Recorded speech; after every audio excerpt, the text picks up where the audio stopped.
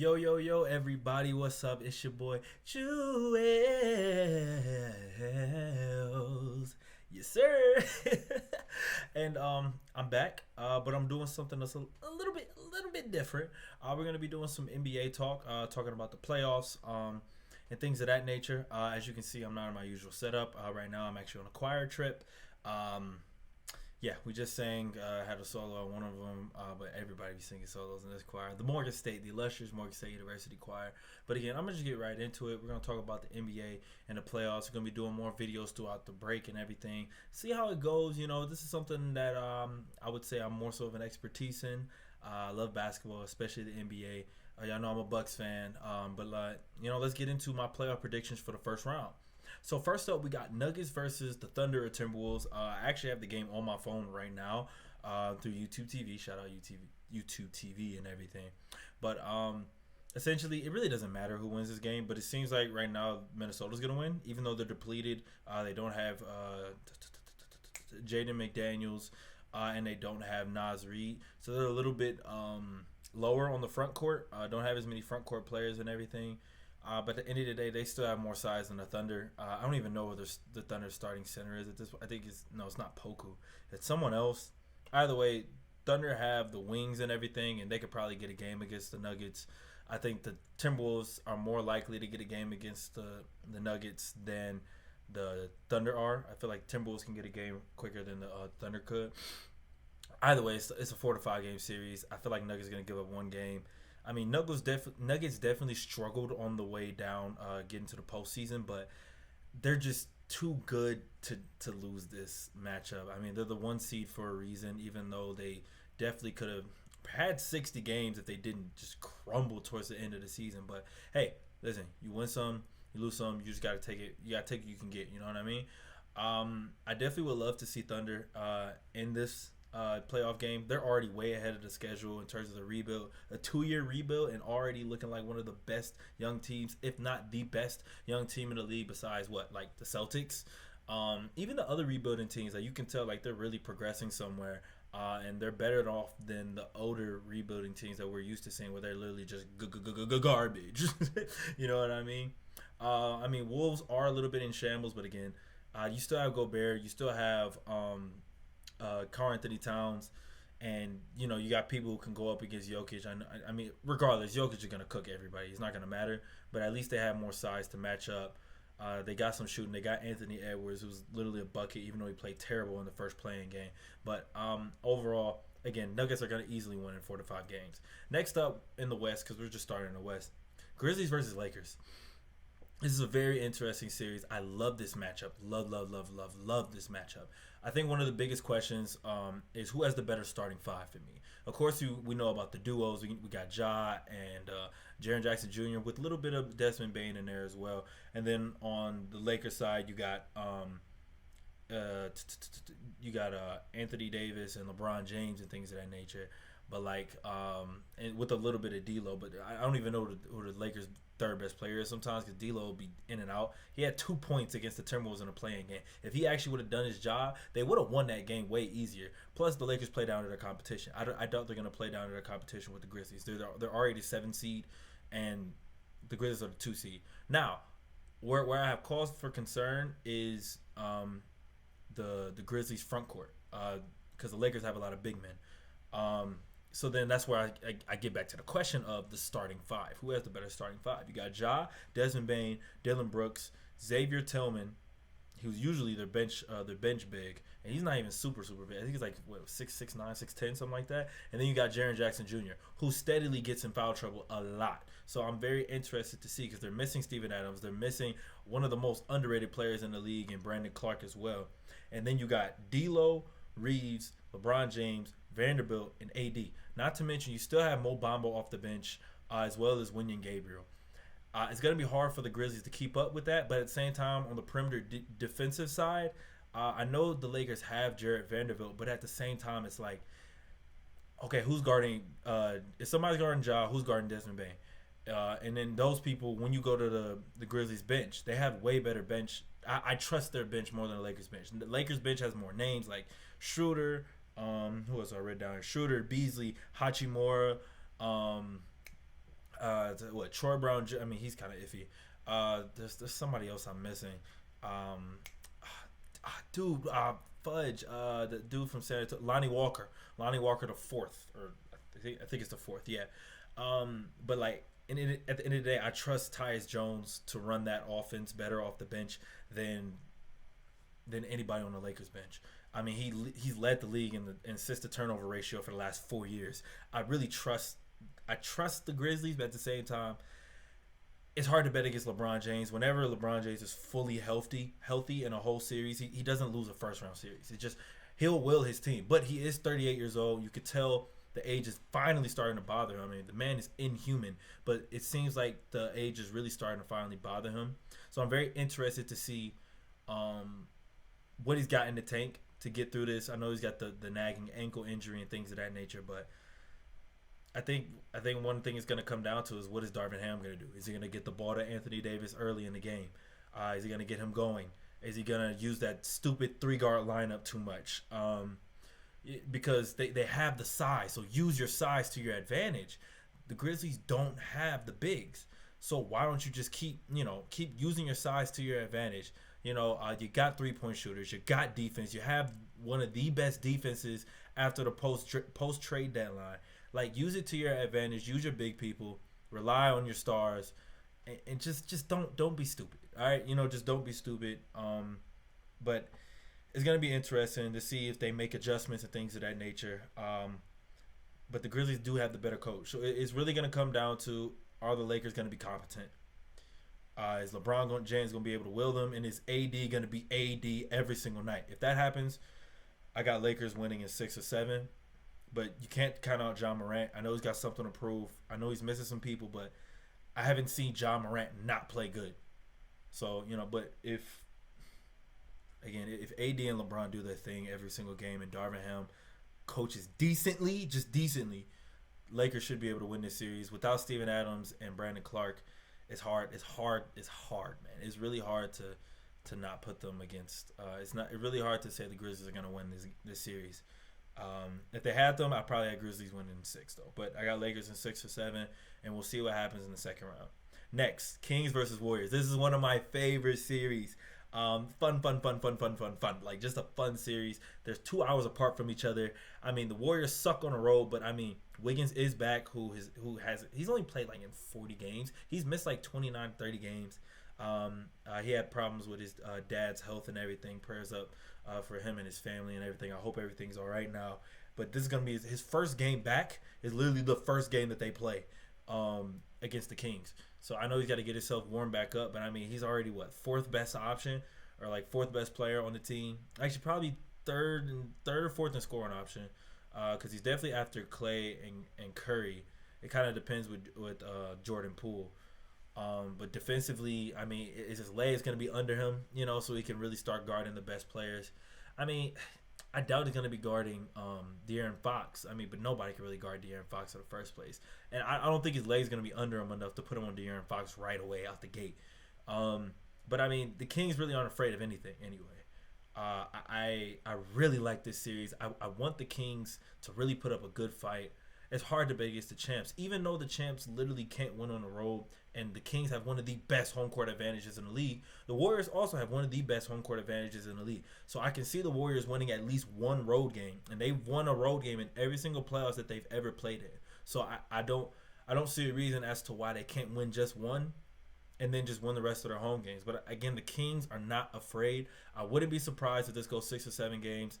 I wouldn't be surprised that the Kings won this series. I would be surprised, but I wouldn't be surprised at the same time. I'm just interested to see if Fox and Sabonis can really keep up this offense. If Herter, who shooting borderline 40% from 3, like literally I forgot, red velvet. Or no, I think that's what they call him, red velvet, something like that. Like, if he keeps up his 3-point shooting, Harrison Barnes keeps up his 3-point shooting, he's definitely shooting 40% if I'm not mistaken. I don't see a reason as to why the Kings can't win this game. It's going to come down to who can play the best defense sometimes, especially on the road for the Warriors, so where the Kings are going to be at home. If Warriors flip that switch and just win one home game, man, it's going to be hard for the Kings to win this series. But if the Kings win one on the road, Whew, this is gonna be this is gonna be such a fun series. High octane offenses. They both run similar offenses because Steve Kerr and the Mike Brown thing. Mike Brown is probably gonna win Coach of the Year, deservedly so. I don't like he turned the Kings around. Regardless, this is a successful season for the Kings. Just don't go outside. At the very least, win 2 games. Just win 2 games. Yes, win 2 games. But I got Warriors in 6. It's hard to bet against the champs, especially with Wiggins back, Gary Payton II back. Oh, they can put Gary Payton II on Fox too. Hopefully his legs are under him too. I know he had the abdomen injury, but you got to get your cardio back. But yeah, Warriors in 6. Experience is going to be the key in this one, I think. My next top 2 favorite series as well, Clippers versus Suns. Man, KD facing off against Russ for the first time in a playoff series. Kawhi and KD going at it for the first time in a long time as well. It's basically Clippers bench versus the top-heavy Suns team. I mean, I know clearly the Suns have the better starting 5. Like nobody doubts that at all. But the Clippers have the bench depth. How long can you play KD and Booker? Or what type of Aiden are we getting all the time? I know I've heard they said in some interviews and heard some people talking that Aiden feels like finally somebody lit that light bulb in Aiden and everything, and he feels more integrated and more like enthusiastic about his role and about what he can do for the team. But I got to see it. I got to see it first. We know he's gonna do his thing on the defensive side of the ball, but he's gonna be aggressive. He really can be Shaq in the post, and like he has the body type for it, but he doesn't, and that's the problem. And so it's gonna be interesting because I know Zubac can hold his own overall, but if Aiden does his job and really dominates like he really can, catching lobs, not always putting up hook shots in mid range, but like really like try a little bit harder to just assert himself. And get his buckets, consistent buckets, just play solid. It's hard to bet against that Suns team, especially when they got KD and Devin Booker, who clearly don't take away from each other. I did see something about that whenever KD's without Aiden or KD is without Booker in the lineups. It's a little interesting. I read something on Bleacher Report about that. But I mean, it's hard to bet against the Suns. But I mean, this Clippers team, man, they got depth. What type of rust am I getting? If I'm getting the rust that I've been seeing so far throughout this year, whew, I like it. Like I like this Clippers team, man. I really do. Now I am a Paul George fan. I will admit that, and so I might be a little bit biased, but I see something in this Clippers team, and I feel like if they can really, especially with Ty Lue, and it's gonna be Ty Lue versus Monty Williams. This is gonna be a coaching battle. Like 2 brilliant black minds behind these really great teams who have superstar Hall of Fame type players on these teams. I mean, man, it's gonna be tough. I mean, if PG doesn't come back, I still see the Clippers potentially winning this series, man. It's hard to bet against Kawhi as well. You got Norman Powell and Terrence Mann off the bench who can easily go off for 30 or 40 on any given night, like just randomly. You got Bones Highland as well, who's a firecracker, off the bench. They got a lot of depth, man. It's hard to bet against really either team, and it's definitely hard to bet against freaking a super team in KD, CP3, Booker, and Aiden. But and I know they're 8-0 when KD plays, but I'm gonna go Clips in 7. This has to go 7 games. Again, I might be biased, but I'm gonna go with my heart on this one. If the Suns win in 6 or 7, I wouldn't be surprised either, though. Clearly, but I think Ty Lue's going to get his guys right, and KD and the Suns, everybody's on a contract for a while, so I'm not worried. East, this is pretty self-explanatory. I'm going to run through these. We're already at 14 minutes, at least on here at least. So let's just get right into it, man. Bucks versus Heat now. I'm not worried. I'm a Bucks fan again. Both have really solid defenses. I mean, the Bulls have really not the Bulls. The Heat have really solid defense, but they're not winning more than 1 game, maybe two, but I don't see it. They don't have enough offensive presence consistently. They're not gonna hold my Bucks down that much, especially if Middleton's there. You got Jay Crowder who's gonna get a little bit of revenge against the Heat, I guess you could say. I don't see it really going past 5 games, maybe 6, but again, probably 5. If we could sweep him again, that'd be nice. But I doubt. Jimmy Butler's got to go off at least once because, I mean, he got outscored by Brendan Forbes the last time we played him in the first round. So I would assume he probably wants some revenge. Will be interesting to see what Bud does with the lineups, especially with Jay Crowder and Grayson Allen. Working that type of thing. But overall, Bucks in 5. I'm not really worried about that. Celtics versus Hawks. I know Jaylen Brown is going to be out in this series a little bit, but I like Celtics. Come on now, you're too good. But at the same time, the Celtics have a tendency to chuck up threes a lot, so I can see them, not hitting their threes as much, and then Trae Young goes off, or I know they got Sadiq Bey, they got some other people just sitting there who can really hoop for real. So I can see them, having a game or two where they shoot a little bit too much and they end up missing, and so now you gotta you make it a close game. Robert Williams is probably gonna miss a few games. I hope not, but I feel like he usually gonna miss a game or two because of injury proneness. But Celtics need to take care of business quickly so they can move on to the next series because Sixers series it ain't gonna be long. It ain't gonna be long at all. At least it shouldn't be long. Very interested. I'm very interested to see what Coach Schneider does. I know they got a lot of time. I know Coach Schneider just came to the team, so they're still figuring things out. But I can see them sneaking in a game or two. I say Celtics in 6. I really do think they're going to sell a game or two. If they win in 5, I can see it as well. But Celtics in 6, I think I think the series is going to be prolonged. Sometimes the Celtics just get into ISO ball a little bit too much, and they end up turning over the ball, especially since they're not going to have Jaylen Brown there. So you got to make sure you get offense from Brogdon, who's a potential 6th man of the year. Yeah, I think that's what I'm gonna go with. Trae can get him a game or two, man. Especially DeJounte Murray as well. DeJounte Murray ain't been in the playoffs in a while. He's one of the best defenders. They're gonna put him on. They're probably gonna put him on Jason Tatum, switch him off with Hunter. Yeah, they can get 2 games. Sixers Nets. I would love to see the Nets steal a game. But at the end of the day, this is just a warm-up series for the Sixers, man. Mikal Bridges, man, and Cam Thomas, they can get them 1 game. Maybe Spencer Dinwiddie goes off as well. But overall, Sixers, there's no way you should lose this game. This is a good time for Harden to get his legs under him. Get this out the way so they can move on to the next series and get prepared for the Celtics, the next one. That's really all I really have to say about this. This is very similar to the 2018 series between the Sixers and the Nets. If y'all remember that with Jared Dudley and him putting his hands up and everything, that was a fun series. This Nets team really is similar to that old Nets team as well, because they're young. They got some feisty players. I like this team. I really do like this team. I like that the Nets are going back to what they had before, just a fun team, solid on principles. Jacques Vaughn, you deserve some praise for what you did, dude. You came in after Steve Nash was fired. You led this team, then you kept the ship running even when you traded KD and Kyrie. I think that's so dope, man, especially another black coach who's just doing phenomenal. Keep doing what you do, bro. At the end of the day, though, again, Sixers in 5, dude. I mean, maybe even 4, but, it's not going to 6. No way it's going to 6. But I wish Ben was playing, but back problems and mental health stuff and all that type of stuff. Nerve, some pinched nerve in his back or something like that.